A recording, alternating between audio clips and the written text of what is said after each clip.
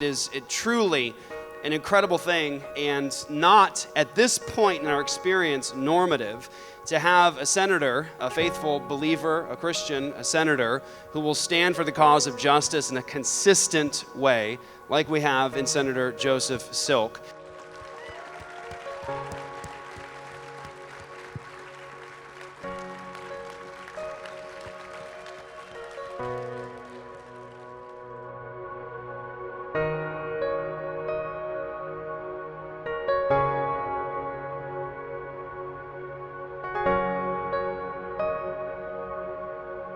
So in Oklahoma, we have Senate Bill 13, which is a piece of legislation that I've authored that defines life beginning at conception, and the intentional taking of that life is considered first-degree murder. So it's a bill of abolition or total equal protection for the unborn. That's what we've got going on. It's waiting to be heard in Health and Human Services Committee. And right now there's just a massive groundswell of support. There's people lobbying the legislature. There's a rally tomorrow. There's just a massive grassroots army getting behind this thing. A man who needs no introduction, the author of Senate Bill 13, Joseph Silk.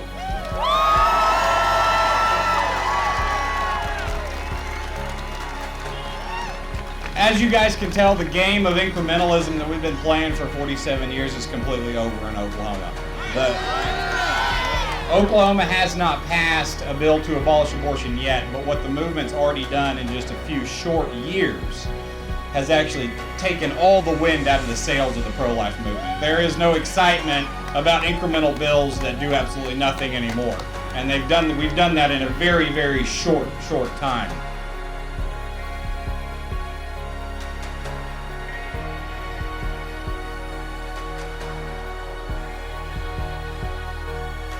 And looking at history, a movement like this, a movement like we've seen in the past 3 years, will not slow down, and it actually cannot be stopped. People like Joseph Silk, don't just pop out of thin air. It takes the church of the living God to bring these truths to the magistrates. And Senator Silk responded positively within a few minutes of hearing this message. He was like, "Yeah, I'm on board. Let's do this thing." When I first ran for Senate, it was one of the biggest issues was a life issue. And I was a typical pro-lifer at the time.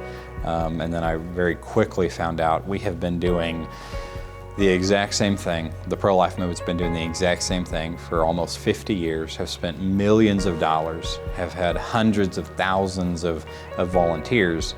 And in the state of Oklahoma, we still kill 5,000 babies every year. It's approximately 14 children are murdered every single day in the state of Oklahoma, and that is it's just an absolute atrocity. It's a genocide that we've got to stop.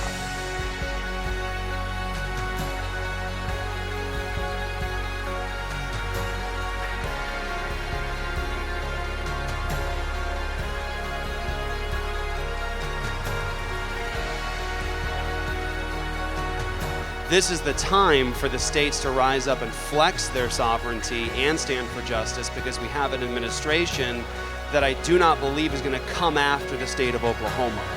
When I was first elected, somebody told me, they said, "Now be careful they know who I am and they know how I operate." So they said, "Be careful, because culture and politics changes very, very slow. It's like molasses running across a table," which is typically the case, except for this movement. It is absolutely not slow, and it is spread like complete wildfire across the nation. Get part of the grassroots organizations who are sending out the talking points and directing people with who to talk to, when to talk to them. freethestates.com and then Ecclesia of Oklahoma. They are engaging the Oklahoma legislature and kind of putting the constituents in touch with their individual senators and House people. You want the residents of Oklahoma and nationwide to engage the Oklahoma legislature and let them know this is the movement, that this is the direction it's going.